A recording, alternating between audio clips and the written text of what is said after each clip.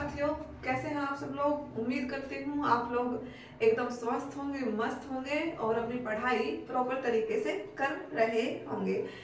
आज का session start करते हैं। सेशन स्टार्ट करने से पहले मैं आप लोगों के साथ डिस्कस करना चाहूँगी कि जो आज का सेशन है वो किन किन स्टूडेंट के लिए बेनिफिशियल रहने वाला है। चलिए स्टार्ट करते हैं। देखिए, आज का जो सेशन मैं लेकर आई हूँ आप लोगों के लिए, ये आपका बेनिफिशियल रहने वाला है। जो बच्चे सी-टेट का एग्जाम दे रहे हैं या फिर जो बच्चा आपका एस-टेट का एग्जाम देने वाला है। देखिए, जो आपके एस-टेट का एग्जाम है वो आपके दिसंबर के प्रथम सप्ताह में 3 या 4 यानी कि 2 या 3 या 4 ऐसा ये कुछ आपका एग्जाम डेट आपकी पहले से डिसाइड हो चुकी है। तो आपका एस-टेट का एग्जाम है जो दिसंबर में होने वाला है, और जो सी-टेट का एग्जाम है वो आपका प्रस्तावित है जनवरी माह में। अब देखिए, जो सी-टेट एग्जाम प्रस्तावित है उसमें तो आपको एक एक टॉपिक मेंशन करके दिया जाता है कि आपको कौन कौन से टॉपिक करना है। बट एस-टेट में इस बार क्या है कि आपका सिलेबस चेंज हुआ है। तो उसमें आपको मतलब ये मेंशन करके दे दिया कि आपको हिंदी और इंग्लिश की टीचिंग मेथड करने हैं। बट कौन कौन से टीचिंग मेथड करने हैं ये उन्होंने पॉइंट वाइज या टॉपिक वाइज डिसाइड नहीं करा कि कौन कौन से टीचिंग मेथड आप हिंदी में करेंगे एंड कौन कौन से टॉपिक आप इंग्लिश में करेंगे, जिससे आपके क्वेश्चन पूछे जा सकते हैं। अब ये भी डिसाइड नहीं है कि वो पैटर्न कैसा उठाएगा, क्योंकि जैसे मान लीजिए सी-टेट में क्या होते हैं आपके किस तरीके के क्वेश्चन आते हैं, काफी लेंथी क्वेश्चन आते हैं, यानी कि आपके वन लाइनर फॉर्म में नहीं आते। जैसे हम अदर स्टेट का किसी का एग्जाम देते हैं, जैसे रीट का एग्जाम देते हैं, तो उसमें आपसे क्या होता है कि टीचिंग मेथड के या मतलब नॉर्मली वन लाइनर फॉर्म में क्वेश्चन पूछे जाते हैं। बट एस-टेट में ऐसा नहीं होता। एस-टेट में आपसे कॉन्सेप्चुअल क्वेश्चन पूछे जाते हैं, कॉन्सेप्ट से क्वेश्चन पूछे जाते हैं, डायरेक्ट क्वेश्चन नहीं पूछा जाता। तो एस-टेट में पहली बार इतना बड़ा परिवर्तन हुआ है। किसी भी स्टूडेंट को अभी तक ये नहीं पता कि कैसे क्वेश्चन पूछे जाएंगे, यानी कि आपके सी-टेट के क्वेश्चन रिपीट किए जाएंगे या सी-टेट का जो पैटर्न है उसको रिपीट किया जाएगा कॉन्सेप्चुअल क्वेश्चन के साथ, या फिर आपका वन लाइनर फॉर्म जो जनरली किसी भी स्टेट के टेट में होता है। चलिए स्टार्ट करते हैं। देखिए, मैं आज इस सेशन में आप लोगों को बताने वाली हूँ कि हिंदी टीचिंग मेथड आपको जो डिफाइन किया है आपके सिलेबस में कि आपको हिंदी के जो टीचिंग मेथड है वो करने हैं। हिंदी के जो आपके टीचिंग मेथड कौन कौन से आपको बेसिकली पढ़ने होते हैं किसी भी टेट एग्जाम के लिए, ये आप किसी भी टेट एग्जाम, यानी कि मान लीजिए आप सी-टेट का दे रहे हैं या फिर आप यूपी टेट का दे रहे हैं या एमपी टेट का या राजस्थान टेट या फिर मैं बात करूँ हरियाणा टेट का, तो अब इतना टाइम नहीं है आपके ना, मतलब मैं मानूं कि 10 दिन आपके कम से कम, बस 10 दिन मान लीजिए कि लास्ट आपके पास 10 डेज बचे हैं।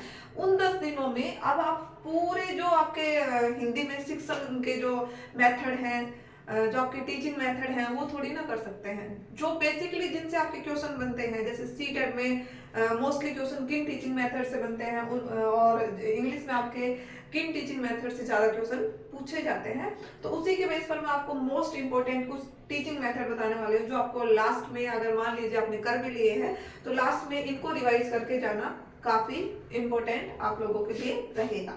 चलिए देखते हैं, पहले हिंदी के टीचिंग मेथड देखते हैं। हिंदी में आपको करना है सबसे पहले आगमन निगमन विधि। हिंदी में कौन सा करना है आपको? आगमन निगमन विधि। अब आगमन विधि आपको अलग से करनी है, निगमन विधि आपको अलग से कवर करनी है। आगमन विधि में किस शिक्षण सूत्र का यूज होता है, निगमन विधि में किस शिक्षण सूत्र का यूज होता है, आगमन विधि आगमन विधि के जनक कौन थे या निगमन विधि के जनक कौन थे। बेसिकली सिंपल क्वेश्चन ये है, बट मान लीजिए कि सी-टेट की तरह घुमाकर क्वेश्चन देगा, कॉन्सेप्ट फॉर्म में क्वेश्चन देगा, तो बन सकता है आपका 2 से 3 लाइन का एक क्वेश्चन और आपको ऑप्शन भी बड़े बड़े देखने को मिल सकते हैं। तो आप, मेरा मानना ये है कि टीचिंग मेथड कभी भी रटने से नहीं आएंगे। टीचिंग मेथड ना आप रट के कर सकते हैं, क्या इन चीजों में क्या रट सकते हैं, उनके जनक किस शिक्षण सूत्र पर बेस्ड है, बस वही चीजें रट सकते हैं ना। बट जो इसका कॉन्सेप्ट है, अगर आप उसका कॉन्सेप्ट अच्छे से क्लियर कर लेंगे तो आप इसका क्वेश्चन कितना भी टफ आपको कितना भी घुमा फिरा के दे दे, आप नॉर्मली कर लेंगे। उसके बाद अगर मैं बात करूं, नेक्स्ट है आपका संश्लेषण विश्लेषण विधि। ऐसे ही इसमें कि ये किस शिक्षण सूत्र, अब देखो जो आपके विधियां होती हैं, शिक्षण की जो विधियां होती हैं वो किस शिक्षण सूत्र पर बेस्ड हैं, ये पूछा जाता है आपसे कि वो किस शिक्षण सूत्र पर बेस्ड है। संश्लेषण विधि में बेसिकली क्या होता है ये आपको पता होना चाहिए। विश्लेषण विधि में आपका क्या होता है ये भी आपको पता होना चाहिए। संश्लेषण विधि का जनक कौन है, विश्लेषण विधि का जनक कौन है, ये सब आपके नॉर्मल क्वेश्चन है। बाकी आपको कॉन्सेप्ट तो क्लियर करना ही है। उसके बाद में करूँ समस्या समाधान विधि आपको करनी है। उसके बाद आपको करने हैं शिक्षण के सूत्र। शिक्षण के सूत्र, अब शिक्षण के सूत्र कौन से हैं?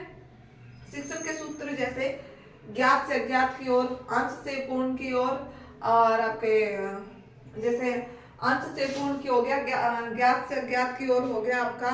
या फिर मैं बात करूं आपकी, या फिर मैं अगर आपकी बात करती हूँ, इसके अलावा शिक्षण सूत्र कौन से होते हैं आपके? सरल से जटिल की ओर, सरल से जटिल की ओर, विशिष्ट से सामान्य की ओर, सरल से जटिल की ओर, विशिष्ट से सामान्य की ओर, ये जो शिक्षण सूत्र होते हैं ये आपको करने हैं। देखो जो शिक्षण सूत्र वाला पोर्शन है वो हिंदी में और आपके इंग्लिश में आपको मिलेंगे प्रिंसिपल ऑफ लैंग्वेज टीचिंग के नाम से, प्रिंसिपल ऑफ लैंग्वेज टीचिंग के नाम से आपको मिल जाएंगे। सेम है दोनों। अगर आप हिंदी में कर लेते हैं तो आपको इंग्लिश में करने की जरूरत नहीं है, अगर आप इंग्लिश में कर लेते हैं तो हिंदी में करने की जरूरत नहीं है। टीचिंग मेथड्स का यही एक सबसे बड़ा बेनिफिट होता है कि अगर आप एक सब्जेक्ट की टीचिंग मेथड अच्छे से कर लेते हैं तो दूसरे सब्जेक्ट के आप एक बार मतलब आपको सिर्फ लर्न करने हैं, कॉन्सेप्ट एक बार क्लियर होना चाहिए। उसके बाद अगर मैं बात करूं मौर्य मोंटेसरी विधि, सीटेट में तो इससे क्वेश्चन पूछा जाता है। एस्टेट में फर्स्ट टाइम टीचिंग मेथड दिए हैं तो कुछ भी नहीं पता कौन सी विधि उनको इंपॉर्टेंट लगे। एस्टेट में क्वेश्चन भी ऐसे पूछे जाते हैं, उल्टे सीधे डायरेक्ट क्वेश्चन नहीं पूछे जाते, तो वो इनसे क्वेश्चन पूछ भी सकते हैं, नहीं भी पूछ सकते। बाकी सीटेट में हर बार एक क्वेश्चन आपको देते ही देते हैं। उसके बाद मैं बात करूं है आपकी व्याख्यान विधि, एंड मोस्ट इंपोर्टेंट आपका है मूल्यांकन। मोस्ट इंपोर्टेंट क्या है आपका? मूल्यांकन। मूल्यांकन आपको इसमें हिंदी में मूल्यांकन के नाम से और इंग्लिश में आपको मिलेगा इवैल्यूएशन के नाम से, जो आपको करना है। हालांकि उन्होंने मेंशन नहीं कर रखा कि आपको इवैल्यूएशन करना है, उन्होंने मेंशन तो ये भी नहीं कर रखा कि आपको ये टीचिंग मेथड करने, बट इवैल्यूएशन मैं मानती हूँ आप चाहे सीटेट का एग्जाम दे चाहे स्टेट टेट का एग्जाम दे, काफी इंपोर्टेंट टॉपिक रहता है। इवैल्यूएशन आपको करना है कि आप हिंदी में किसी बच्चे का इवैल्यूएशन कैसे कर सकते हैं, इंग्लिश में किसी बच्चे का इवैल्यूएशन आप कैसे कर सकते हैं। उसके अलावा अगर मैं बात करूं जो भाषाई कौशल होते हैं, भाषाई कौशल आपको हिंदी में किस नाम से मिल रहे हैं? भाषाई कौशल। इंग्लिश में आपको किस नाम से मिल रहे हैं? लैंग्वेज स्किल्स, जो जाने जाते हैं आपके LSRW। हिंदी में किस नाम से जाने जाते हैं आपको? सुबोपल्ली। किस नाम से जाने जाते हैं बेटा? सुबोपल्ली। सुनना, बोलना, पढ़ना और लिखना, सुनना, बोलना, पढ़ना और आपका लिखना। कौन सा जो आपका ये है भाषाई कौशल सबसे पहले सीखा जाता है, कौन सा भाषाई कौशल आपका सबसे अंत में सीखा जाता है, ये सब कुछ आपको कवर करना है। देखो जैसे हो गया आपके लैंग्वेज स्किल्स हो गए आपके, और प्रिंसिपल ऑफ लैंग्वेज टीचिंग हो गई। ये दो टॉपिक आपके हिंदी में भी है और इंग्लिश में भी है, यानी कि दोनों कॉमन है। आप किसी भी एक सब्जेक्ट में कर लीजिएगा, आपके दूसरा सब्जेक्ट आप नॉर्मली कर लेंगे। नेक्स्ट अगर मैं बात करूं इंग्लिश टीचिंग मेथड में आपको क्या क्या करना है, देखो लैंग्वेज स्किल्स सबसे पहले क्या पता होनी चाहिए आपको? लैंग्वेज स्किल्स कितनी होती है? बेसिकली 4 होती है। कौन कौन सी होती है? LSRW। कौन कौन सी होती है आपकी? LSRW यानी कि लर्निंग, LSRW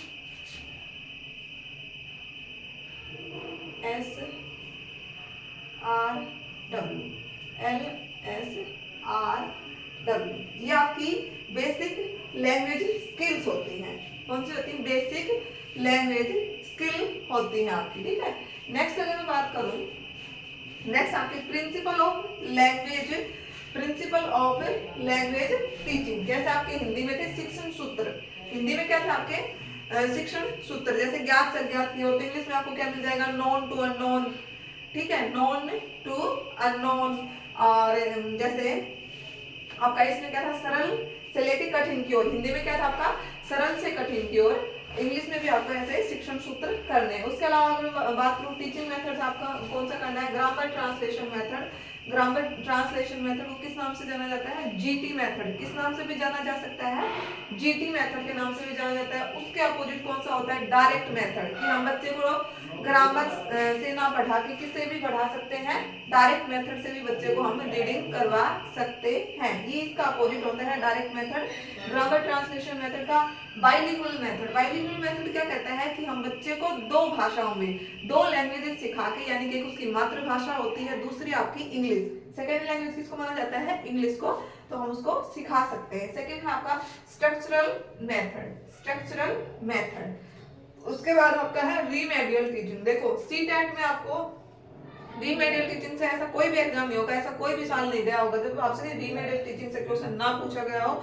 रीमेडियल टीचिंग में तो कोई भी स्टेट का टेट एग्जाम या सीटेट का एग्जाम सबके लिए इंपॉर्टेंट होता है रीमेडियल टीचिंग। उसके अलावा बात करूं टीचिंग लर्निंग मटेरियल्स। अब टीचिंग लर्निंग मटेरियल्स मैंने ओनली यहाँ पे क्यों मेंशन करा, हिंदी में क्यों नहीं करा? बेटा टीचिंग लर्निंग मटेरियल्स हिंदी में वही होते हैं और इंग्लिश में भी वही होते हैं। हाँ ये हो सकता है कि हिंदी में उसको और कुछ बोला जाता है, जैसे अगर मान लीजिए प्रोजेक्टर आपका क्या है, किस तरीके का है, ये कौन सा लर्निंग मटेरियल है, यानी कि आपका एक आपके होते हैं दृश्य श्रव्य, कौन से होते हैं दृश्य श्रव्य, यानी कि आपका दृश्य श्रव्य है या फिर आपका ओनली श्रव्य है या फिर आपका दृश्य का है। ये आपके टीचिंग लर्निंग मटेरियल्स यानी कि आपको दे दिए जाएंगे। प्रोजेक्टर किस तरीके का है, आपके स्मार्ट बोर्ड किस तरीके का है, स्पीकर किस तरीके का है, ये आपसे पूछा जा सकता है टीचिंग लर्निंग मटेरियल में। ये आप देख के जाइएगा, एक देख के जाइएगा, क्योंकि हरियाणा टेट में कोई भरोसा नहीं है क्या बस दो ही क्वेश्चन यहाँ से दे दे, एक हिंदी में दे दे उठा के और एक इंग्लिश में आपको देखने को मिल सकता है। तो ये आई होप आपका जो डाउट था टीचिंग मेथड्स को लेकर हिंदी और इंग्लिश में वो आपका क्लियर हो गया होगा। आप कुछ करें चाहे ना करें, ये बेसिकली आपके 7-8 मेथड मैंने इसमें इंग्लिश में बताए हैं और आपके 7 से 8 मैंने किस में बताए हैं, हिंदी में बताए हैं। ये मोस्ट इंपोर्टेंट है, ये तो आपको करने हैं। उसके अलावा अगर आपने पहले से टीचिंग मेथड पढ़ रखे हैं तो आप लोगों के लिए वो एक प्लस पॉइंट है। बाकी देखो टीचिंग मेथड हो या साइकोलॉजी हो, टीचिंग मेथड कर रहे हैं या फिर आप साइकोलॉजी कर रहे हैं, तो मेरा मानना तो ये है कि आप प्रीवियस ईयर के क्वेश्चन देखिए। अब प्रीवियस ईयर कर नहीं सकते प्रीवियस ईयर, क्योंकि हरियाणा टेट में तो फर्स्ट टाइम मेंशन करा गया है हिंदी एंड इंग्लिश, तो आप सी टेट की प्रीवियस ईयर कीजिए, वो आप लोगों के लिए ज्यादा बेनिफिशियल रहेगा। क्योंकि होता ऐसा है कि कोई भी स्टेट टेट होता है तो मतलब सी टेट के पैटर्न को रिपीट करना थोड़ा अच्छा मानते हैं, और हरियाणा के एग्जाम्स में तो जो दिल्ली गवर्नमेंट के एग्जाम होते हैं उनके रिपीटेड क्वेश्चन मिल जाते हैं। देखो सी टेट और मैं कहूँ आपको साइकोलॉजी की, तो साइकोलॉजी में भी आप प्रीवियस ईयर के क्वेश्चन कीजिए। साइकोलॉजी तो आपके पहले से आती है, बाकी आपके कुछ टॉपिक चेंज कर दिए गए हैं। टीचिंग मेथड को लेके आपका जो डाउट था, और देखो 15 मार्क्स की आपकी इंग्लिश होती है और 15 मार्क्स की आपकी हिंदी, यानी कि टोटल आपके 30 मार्क्स की होती है। तो टीचिंग मेथड तो ऐसे है बेटा, आप आराम से 30 में से 25 ला सकते हो। टीचिंग मेथड इतने टफ नहीं होते, और ये पढ़ लीजिए। अगर ये भी कर लेंगे तो मैं कह रही हूँ कि 20+ मार्क्स कहीं नहीं गए, 20+ मार्क्स आपके इजीली आप गेन कर सकते हैं। तो चलिए आज का सेशन इतना ही रखते हैं, ज्यादा लंबा नहीं करेंगे। आई होप आपका जो डाउट था टीचिंग मेथड्स को लेकर वो क्लियर हो गया होगा। अगर फिर भी आपको कुछ डाउट रहता है तो कमेंट सेक्शन में कमेंट कीजिए। एंड अगर आपको आज का सेशन पसंद आया है तो सेशन को लाइक कीजिए, वीडियो को ज़्यादा से ज़्यादा शेयर कीजिए। चैनल में फर्स्ट टाइम विजिट कर रहे हैं तो चैनल को सब्सक्राइब करना ना भूलें। Thank you so much.